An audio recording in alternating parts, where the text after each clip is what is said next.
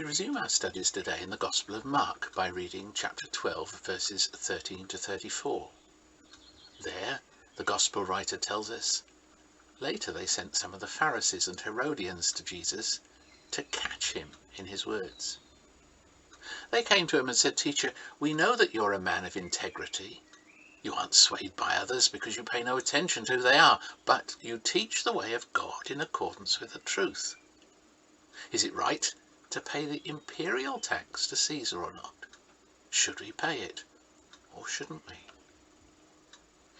But Jesus knew their hypocrisy. "Why are you trying to trap me?" he asked. "Bring me a denarius and let me look at it."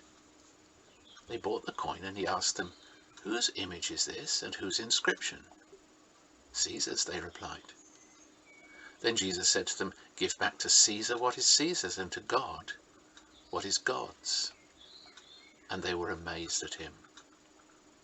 Then the Sadducees, who say there is no resurrection, came to him with a question. "Teacher," they said, "Moses wrote for us that if a man's brother dies and leaves a wife but no children, the man must marry the widow and raise up offspring for his brother.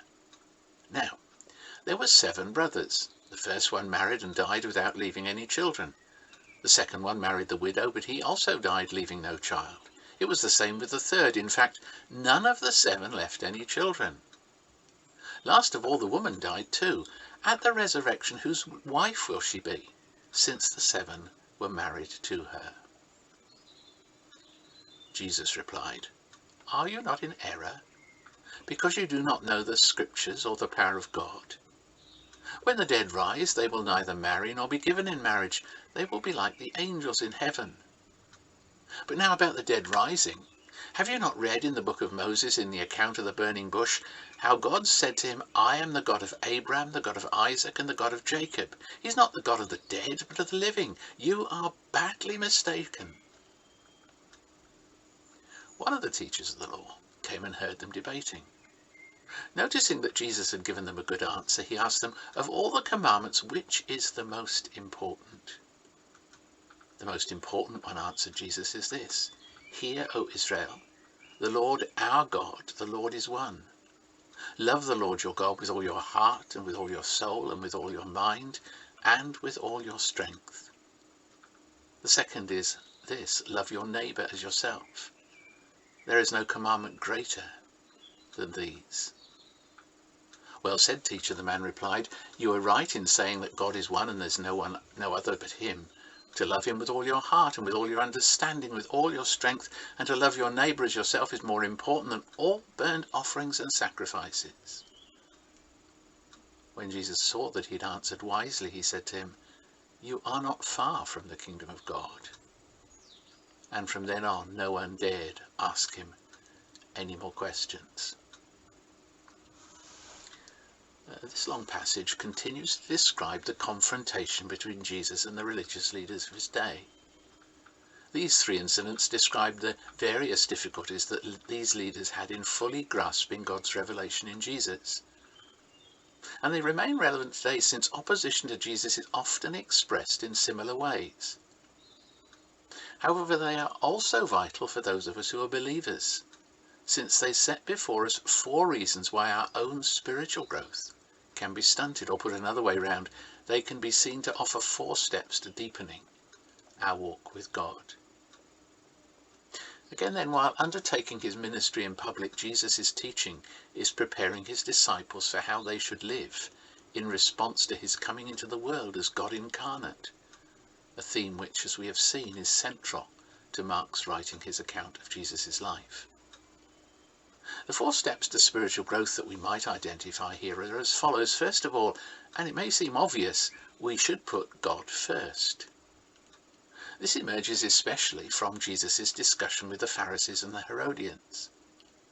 And the crucial phrase in these verses is, "Render to God the things that are God's." And the challenge Jesus throws out would seem to be, you should put God first. When you do so, you will be able to find an answer to the tricky question you have asked me. The Pharisees and Herodians, however, had their own agendas that blinded them to the will of God. In fact, the question as posed to Jesus arose from self-righteousness on the one hand and self-ambition on the other. But true spirituality begins with self-abandonment, and such abandonment helps us to see things from God's perspective and to be freed from those things that stunt growth. In a self-obsessed age, this raises searching questions for each one of us too. Secondly, Jesus' discussion with the Sadducees emphasizes the importance of being competent students of the Bible. A natural question might follow Jesus' demanding that we put God first. One could ask, how can I check that my thinking is on course? The second encounter of Jesus with his contemporaries answers this. The scriptures function as the means whereby our own attitudes must be checked and reformed. In fact, these first two principles feed off one another. Openness to God enables the truth of God to be perceived. The truth received helps us to change our lives little by little so that they conform to his will, and so on. Mere reading is, as the Sadducees demonstrated, not enough. But a failure to read is equally culpable and detrimental of spiritual growth.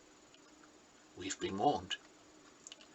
Thirdly, and again, this point is contained within Jesus' discussion with the Sadducees. We are reminded of the importance of having proper conceptions of God. Simply put, Jesus teaches that the Sadducees' God was simply too small. He also shows how this problem of a small God arose, because theirs was the God of rationalism, not the God of revelation. Jesus' point is not, as sometimes expressed today, we need to believe that God can do anything. He can't deny himself. It is to say that our conception of God needs to be the same as that which God has revealed, and we need to live by faith in what is revealed.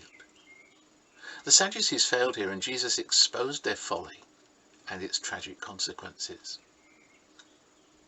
Finally, Jesus emphasizes in the final part of our passage that we all need a thorough grasp of the grace of God. The Pharisee who questioned Jesus in the third incident was still thinking in terms of what must I do, though he had at least grasped that observing the great moral principles of the law were more important than detailed obedience to the letter and scrupulous attention to religious ritual. But he was still not quite there.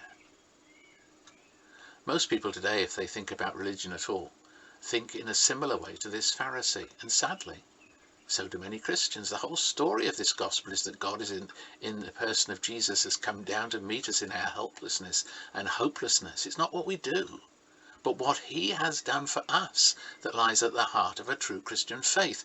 We're debtors to amazing grace, not called to devise a do-it-yourself religion that's doomed to fail us.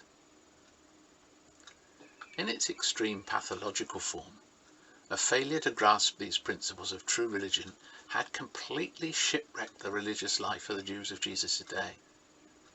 It may not have done quite the same in us, but it can stunt the growth of those of us who claim to be his followers. And it can lead to those who may be interested in the Christian faith being tragically misled, as were many at the time of Jesus.